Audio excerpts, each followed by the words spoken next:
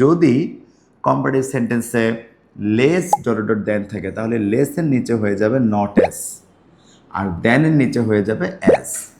যেমন লেখা আছে she is less ugly than you said, এই লেসের জায়গায় হবে নট এস, লেসের জায়গায় হবে নট এস, আর এই দেনের জায়গায় হবে অ্যাজ। অর্থটা দাঁড়াচ্ছে he is less ugly than you said, সে এতটা আগলি না, এতটা কুৎসিত না যতটা তুমি বলেছিলে। সেম একইভাবে she is not as ugly as you said, অর্থাৎ তুমি যতটা বলেছিলে তার থেকে কম কুৎসিত।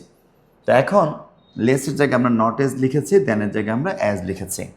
একটু 3 আর 4 আর 5 নম্বরের স্ট্রাকচারটা দেখো, এইখানে নট লেস আর দেন ছিল, দেনের নিচে কিন্তু অ্যাজ বসেছে।